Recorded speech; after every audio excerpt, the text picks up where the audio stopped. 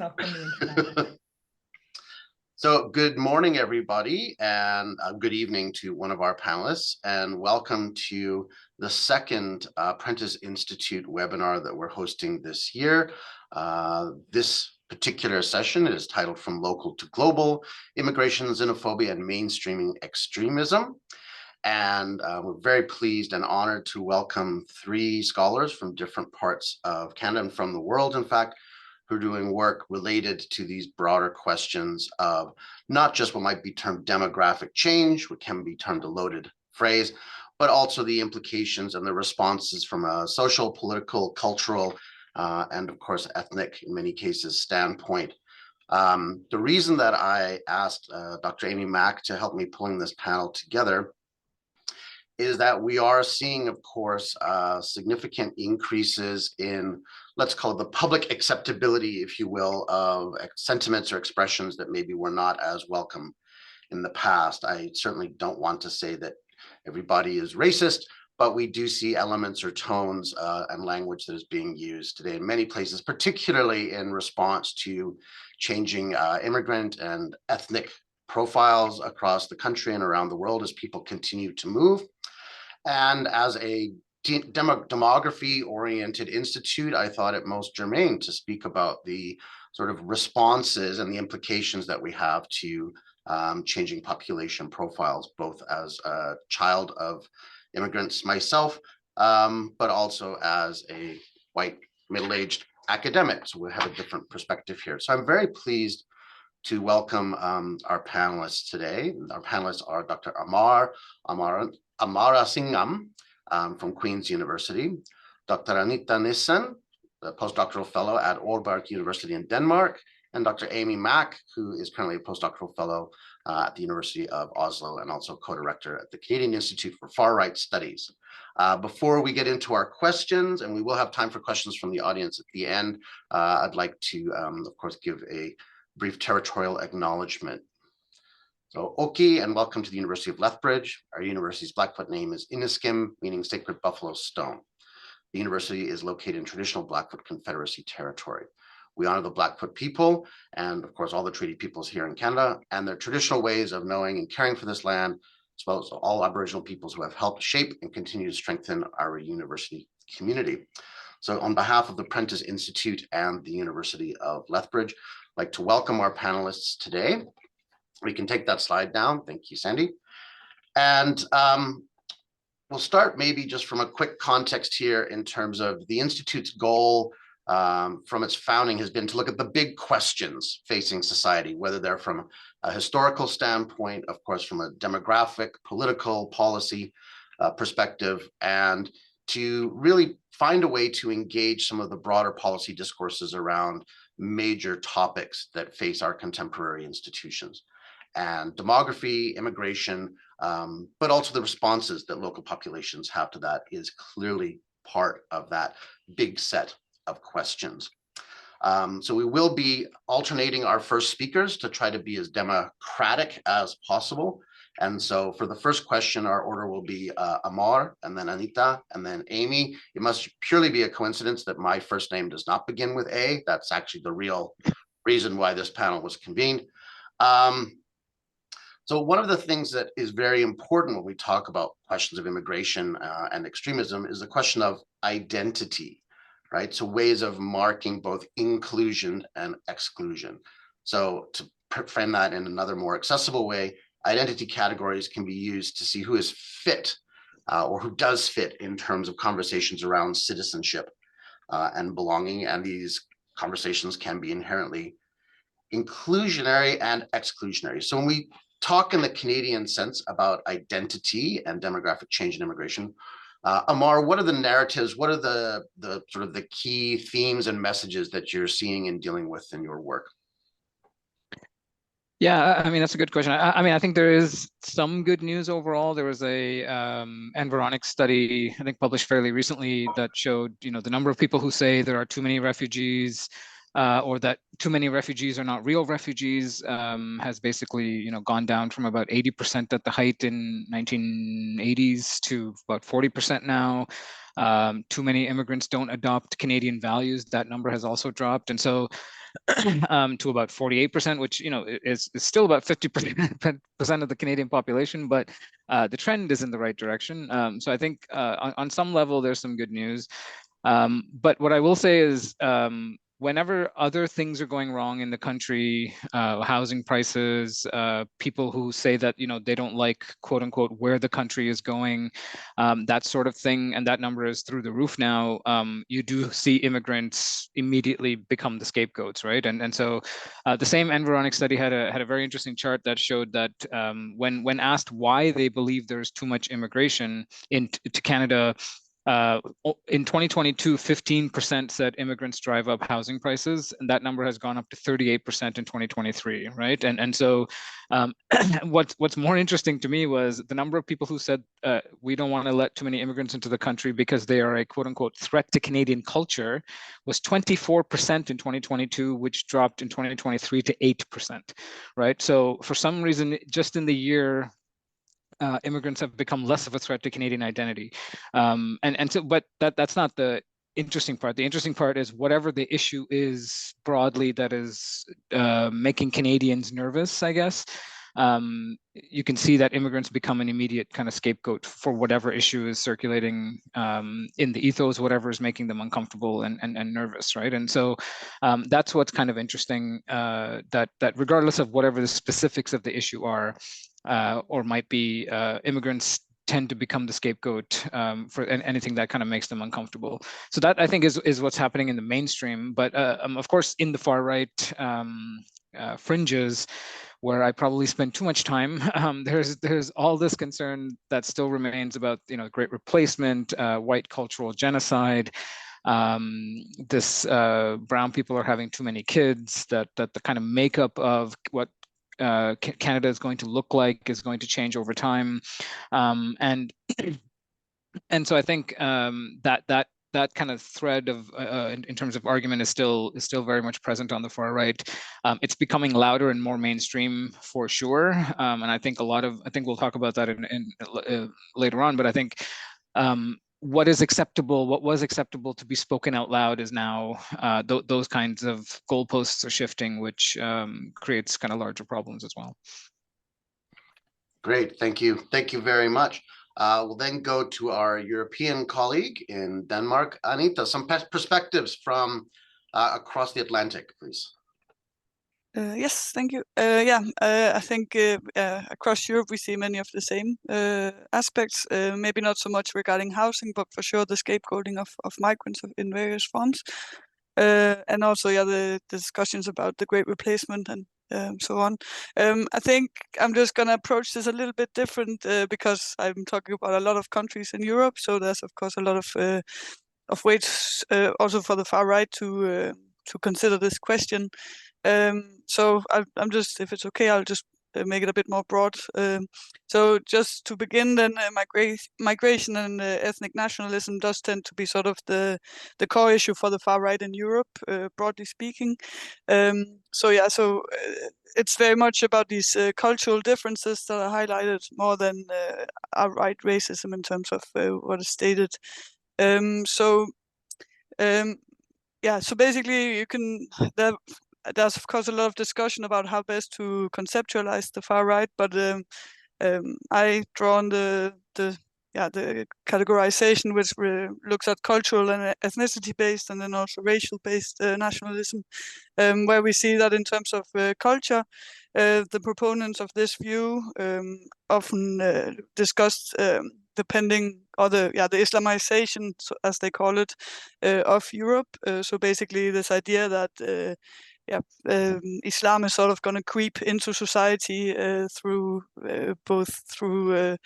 the overthrow of European traditions and so on. And also there's a lot of discussion of the cultural differences between basically Islam and Christianity, for instance, regarding views on gender. So this is what the far right is saying, not what my arguments are, just to be sure. And then on the other hand, there's also those who argued more regarding ethnicity. So as you know, then Europe consists of a lot of different countries. So many nationalists and far-right activists discuss this in terms of that we have all our own histories and traditions and basically cultures within each European nation state, but also at the same time that we can all bridge these differences within Europe, and then basically again have this outgroup in terms of the third country migrants, especially from Muslim majority countries. So these are sort of the two main narratives that we see, this cultural and ethnic based nationalism, basically. So just very quickly, also in terms of the threat perception, so what the main arguments are, they tend to be voiced around culture. So again, this this view on, for instance, of the traditions within Islam, and again the view on women. Then we have very strong voicing regarding security issues. So the threats of crime and of terrorism. This is very much a frame that was really big during the so-called refugee crisis, and one we still see. For instance, at the Swedish elections, this was very much a topic of discussion regarding crime levels. Then there's the economic, which tends to be around welfare protectionism, and then finally the demographic. So where we also again have various ways of discussing this idea of a great replacement. But some discuss it explicitly as this, but others are more discussing it as this Islamization and so on. I think I'll leave it there. I could talk a long time about this. Yes, of course, the European Union, home to over 600 million people, many member states, and of course, in some cases, a lot of history in different ways. So yes, tough to summarize that one in just 5 to 6 minutes, but well done. Moving on then to flip that from 600 million people for Dr. Mack, for Amy. What about the local, the Western Canadian, the prairie context? What are we seeing on the ground here in our backyard? Yeah, that's a good question. I want to echo what Amar has said. Oftentimes these sort of anti-immigrant sentiments are actually telling us a lot about the economic stressors or the other political stressors that folks are experiencing. One of the interesting things that came up in my research wasn't necessarily what the locals are saying, but what the far right says about who I would consider the locals. So the ways in which Alberta, Southern Alberta, and rural spaces manifest in this discourse. It's a very old trope that rural spaces tend to be like the last bastions of whiteness. They tend to be the spaces where you can still have a conservative, religious, social, political, and economic space. And that is kind of the stereotype of Southern Alberta, that we're the most socially, politically, economically, and religiously conservative part of the country. So there's a lot of discourse about folks should move out of Toronto, they should move out of Ontario, they should move out of these places that are communist dominated or leftist dominated or Marxist dominated, and they should move out west to these rural spaces, to these Albertan spaces, in order to escape what they see as changes in the cities that they don't particularly like. And this is a very old trope, and it's one that's not unique to the Canadian context, but it's one that I would hope that Albertans would be aware of, right? We're kind of being used as pawns in this discourse around immigration. And it ignores the ways in which Southern Alberta are very diverse, and we have been very diverse for a very long time. And so that's actually what interests me the most about the anti-immigrant rhetoric related to Alberta, because it does differ a little bit than the sort of discourse that happens in other parts of the country. Great. So some patterns, some consistencies, but also different localized and sort of let's call them communicative strategies being used to various political ends. So if we dig in a little bit into your individual programs of research, starting then with Anita, A lot of your work has looked at identitarians. So can you tell us a little bit about what that is, what that means, and how it relates to sort of broader xenophobic ideologies and movements at different scales, from the local to the global? And what does it do? What does that kind of conceptual framework do to help inform and understand policy and social responses? Yes, that's a lot of big questions right there. Yeah. Yeah, I would just first so my research has focused basically on the European branches of Generation Identity, which is a youth movement. I'm not sure how familiar people in Canada are with this, so I'll just quickly trace basically. It has its roots in the French New Right, or Nouvelle Droite, it's called, which began being active in the late 1960s. So basically at this time they needed to find sort of more moderate and legitimate ways. Sorry, no, there's a message. So basically because of the Second World War, after this period, the far right did not have space, obviously, to come with their viewpoints. So basically, they were trying to come with new ways to appear more moderate. So these intellectuals in France began this strategy of trying to become more mainstream in what they were saying, and also really emphasize being non-violent and being democratic in their conception of this term. And basically they were drawing on the strategies of left-wing social movements at the time. So this is very much what we can see then Generation Identity has adopted as a strategy. So basically they work from this metapolitical aim of impacting the societal discourse.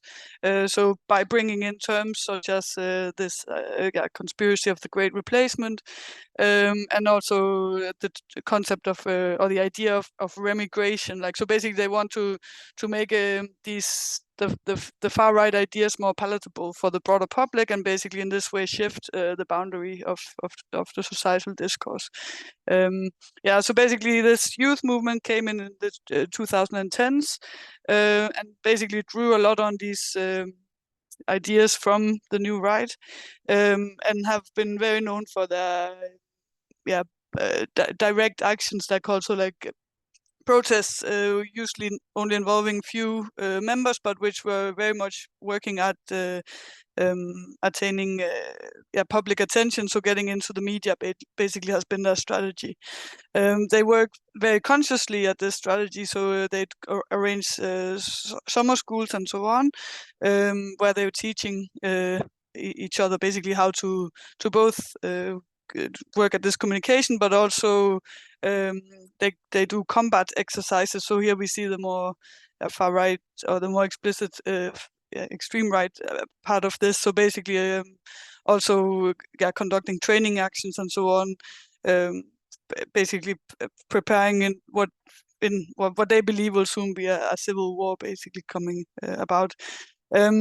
So yeah, basically this is not a very big movement in terms of absolute numbers, but what we see is basically that they have had quite an impact also in terms of spreading their messages, both to the mainstream, but also to other more actors who are more willing to conduct extreme acts of violence.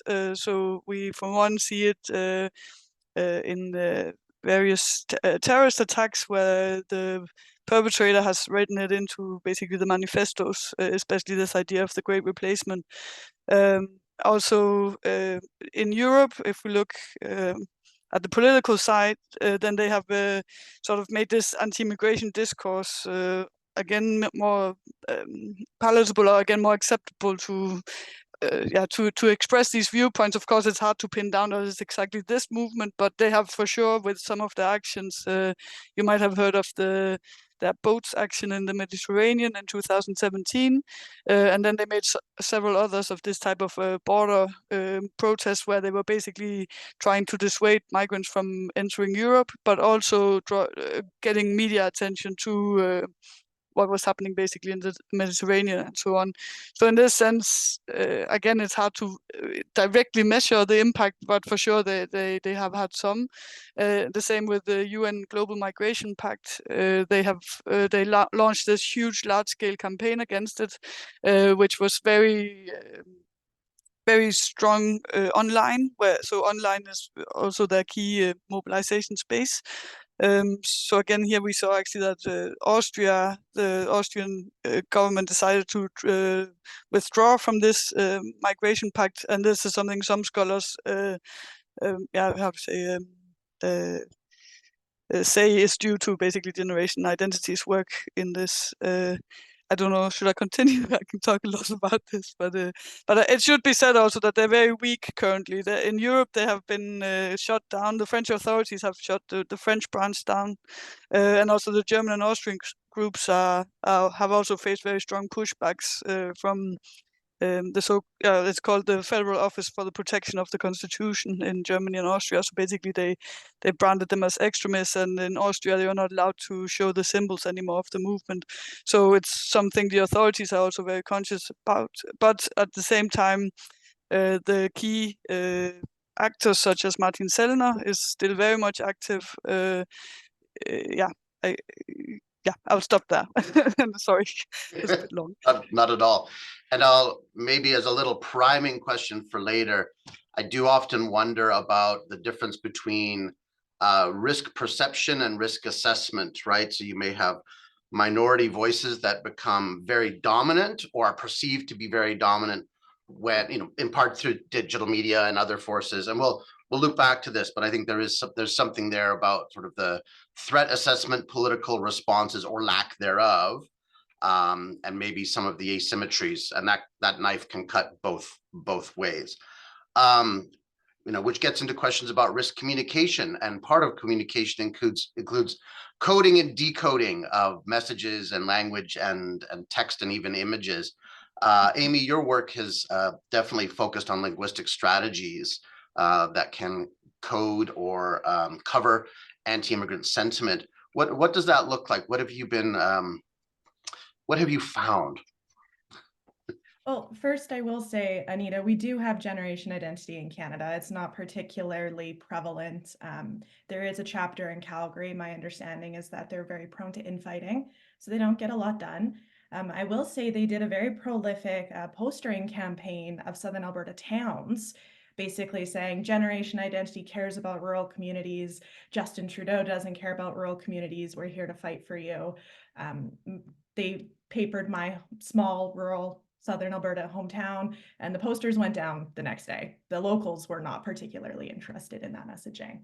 But in terms of like the language and the rhetorical strategies, it's something that I think folks really need to be attuned to, because a lot of what they say, or what our interlocutors, the people that we study, say, can be hate speech. So they have to figure out ways of coding what they're saying. So members of the community know when I say globalist, I actually mean a dark cabal of Jewish folks who control the world, right? Globalist isn't going to get picked up by the censors online, but other words that they would have traditionally used would get picked up and get them banned.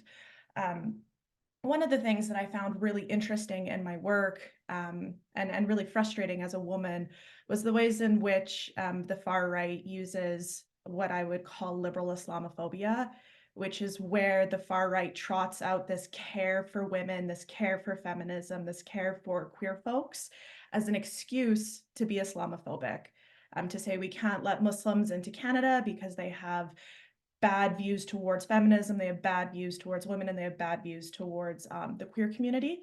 It's fascinating that they do that, because I don't see those same folks show up at pro-abortion rallies. I don't see them show up at rallies for our trans kids or other queer communities. They only invoke women and queer communities when it's a rhetorical strategy for punching down at another marginalized community.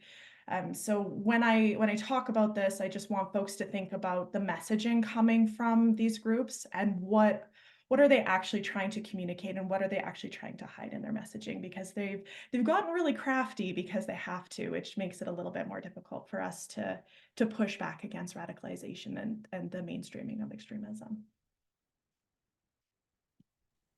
Great. And then coming back to Amar, and another priming question that I'll put in as a political scientist, maybe we can clarify a little bit the definition or the conceptual space of the far right. But also, if it works, the question of how we delineate or don't delineate broader populist sentiments, which can overlap a lot with those ideological political positions, but also these sociocultural positions, and just sort of tackle a little bit the complexity of these layers of both definitions and what they mean to people and how they're used. But for so Amar, you don't have to answer that one on your own. But your work covers a lot of different spaces, from QAnon to ecofascism to jihadi extremism. What are the similarities and the differences that you're seeing across these different subject spaces, and how they sort of manifest into activism and political engagement and also communication? Yeah, no, I mean, I think at the highest level of generality, there's a kind of us versus them commonality there, right? And usually the us versus them is coded in a kind of pure versus impure kind of language. And so for eco-fascist movements, you have a kind of merging of environmental concerns with nationalist and racist ideologies, which basically say, you know, we have to restrict immigration as a means to kind of preserve the national environment for the native population, right? And so immigration, particularly from marginalized communities or non-native populations, has to be controlled and reduced in some way to maintain the purity of what this particular region looks like, and it usually manifests itself with a lot of Amy's work in rural communities of a lot of the memes coming out of this space are quite interesting. It's just like rolling hills and people in white dresses, and that sort of thing. For jihadist movements, I would say it in a weird way, they themselves try to limit Muslim migration to non-Muslim countries. That kind of fits into this Salafi kind of jihadist idea of al-wala wal-bara, which is like loyalty and disavowal.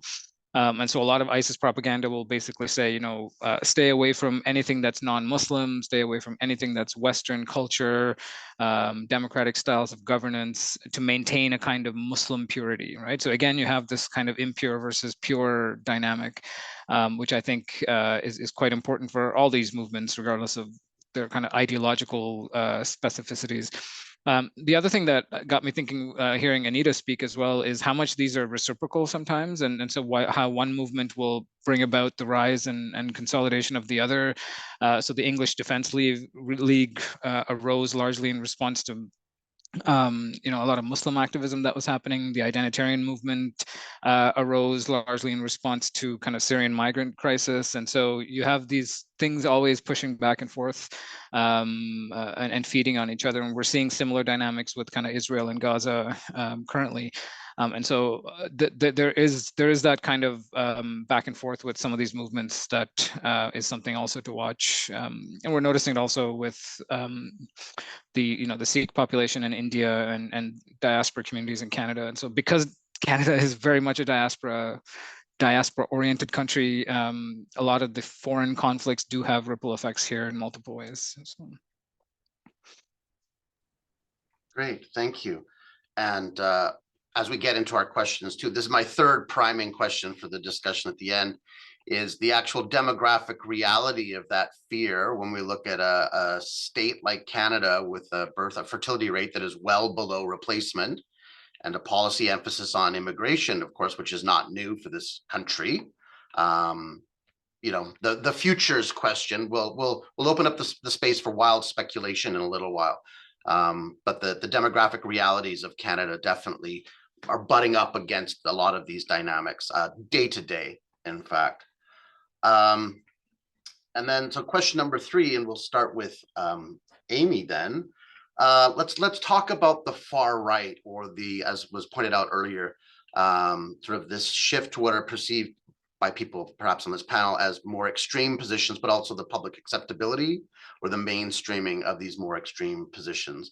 How is that framing public perception? How is that framing, let's call it, public assessments of risk or risk threat? How is how is this translating into institutional discourse and even policy responses beyond, of course, talking about how international students are the source of all problems in Canada?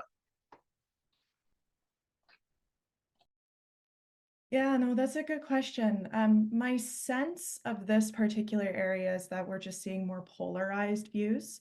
My work right now is really on the Coutts border blockade and the ripple effect that that has had in our local Southern Alberta community, of course, with folks being on trial right now, and just kind of the lingering fallout of that.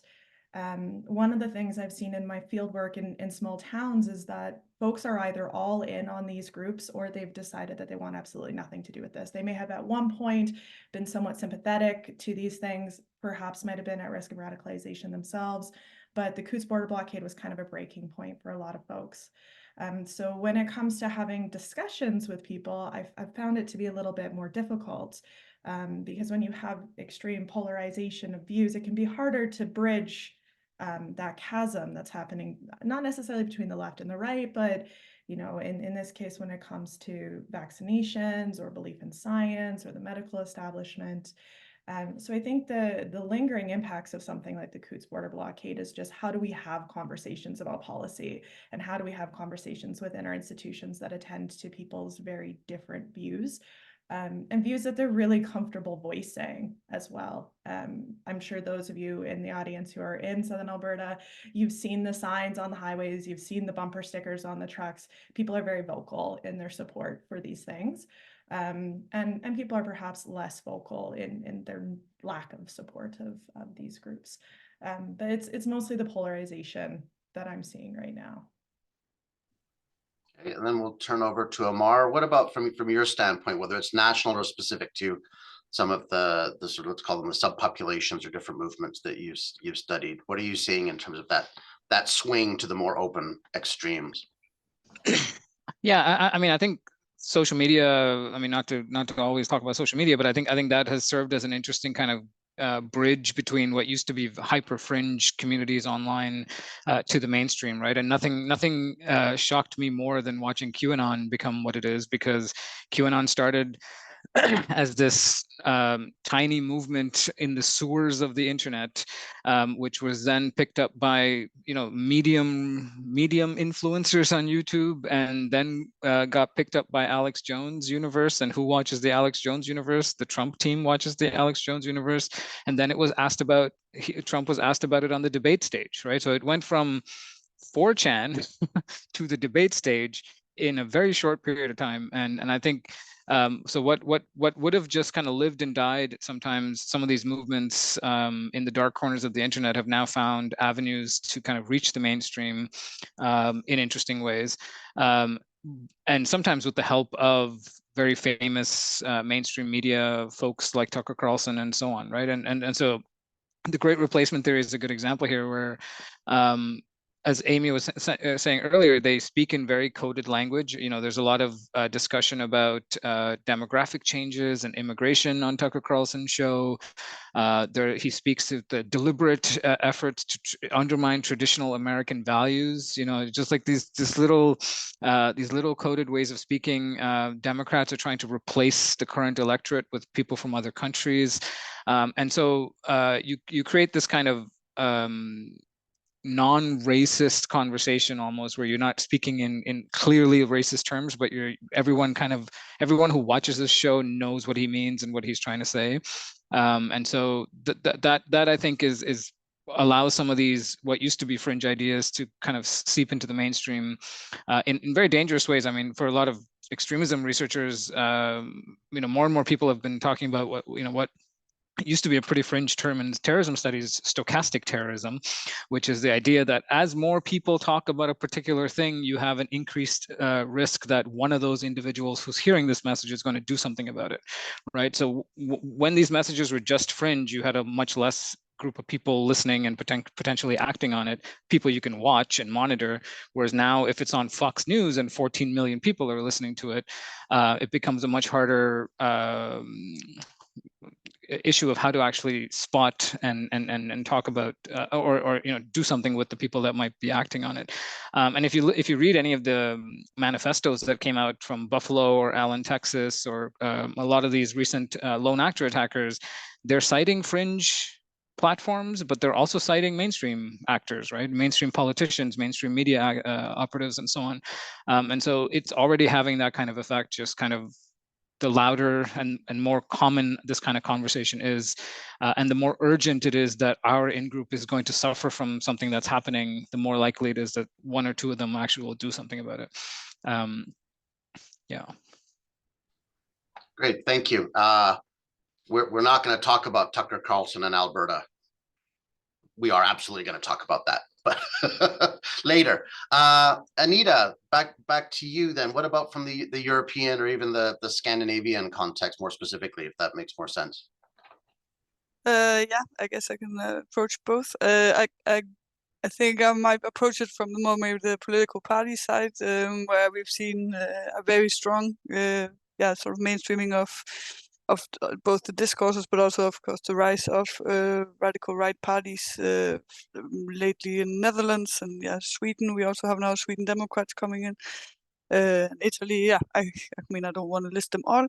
But definitely we see that there's, I agree with this about this adoption of far-right concepts and arguments by mainstream actors is also part of this, as Amar said. So basically also this pushing of the boundaries, as I talked about before. So basically what rhetoric has showed in her research as well, like how the discursive, there's been this move of the discursive boundaries basically towards the right. If we talk from Scandinavian side, I come from Denmark, which has seen a very clear mainstreaming of the far right. It's basically spanning the whole political spectrum, or like all parties. It's they're not. I think maybe one or two only parties now that would explicitly welcome migration completely openly. So that's a very clear indication that this is winning. Winning, how do you say, winning in the countries in Europe. Another good example is Germany, where we saw, particularly during the refugee crisis, where Angela Merkel, the chancellor, started out with this open door policy.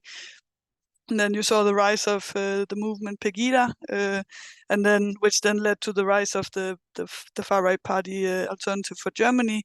And now we see that also they have sort of made more closed doors, so to speak. And the same at the EU level, if we just go completely grand scale. So from the European Commission trying to implement like a quota regime in terms of the asylum seekers, now they've just finished the discussions and found agreement across all the countries. But we see that it's like quite a watered down, but also it's receiving a lot of criticism from human rights observers because they have not been able to agree on all details and so on. So again, of course, the saying where exactly this is coming from is hard to pin down. So what exactly has led to this? But for sure, it's also the mainstreaming of basically that this discourse has become acceptable to discuss as such.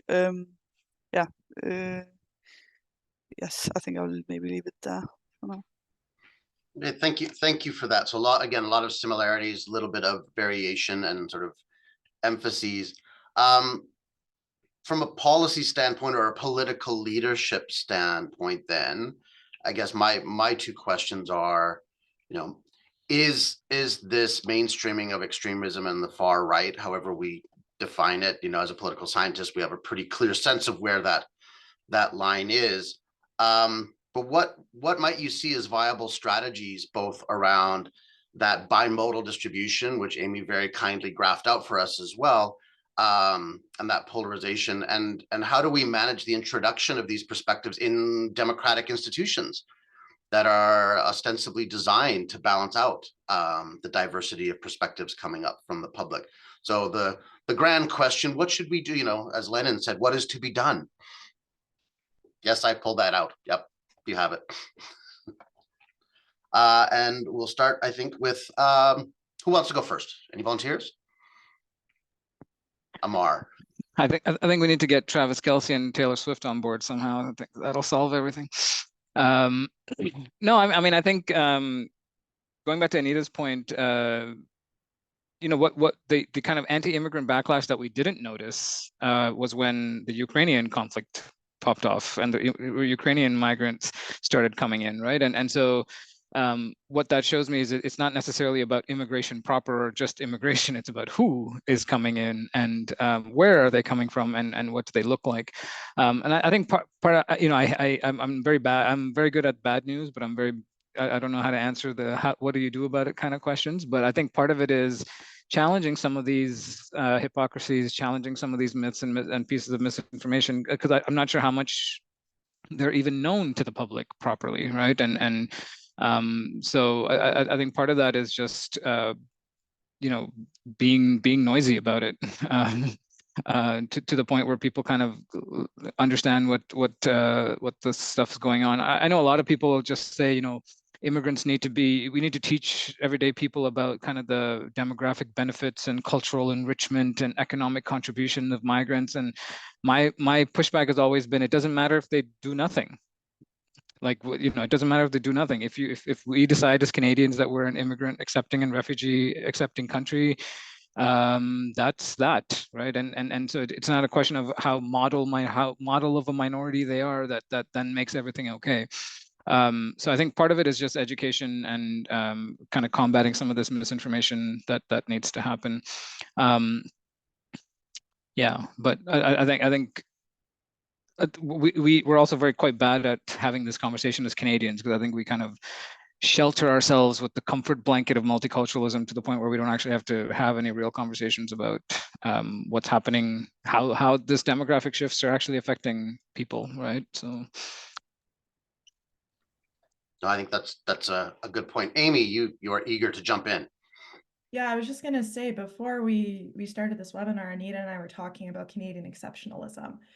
There's obviously also Nordic exceptionalism, and we have a tendency to think about ourselves in a way of being open and accepting and polite, and we often construct our identity in contrast to the American identity. And I think perhaps Canadians need to reckon with the fact that maybe we're not living up to that in any meaningful way. And I will also say, as an Albertan who's very frustrated with the current provincial political kerfluffle that we have, I think we also need to be working at the community level, working in small communities and rural communities in small cities like Lethbridge, so that we can tackle the problem from both sides. Like, I don't think we can vote our way out of this in a traditional political science sort of way. I think we need to be really thinking about our communities and how we make our communities welcoming, and how we have tough conversations in our communities with our neighbors and people that we're going to run into at the grocery store and the post office, and to make things awkward for folks until we learn how to have good conversations with one another. And then hopefully that trickles up to policy as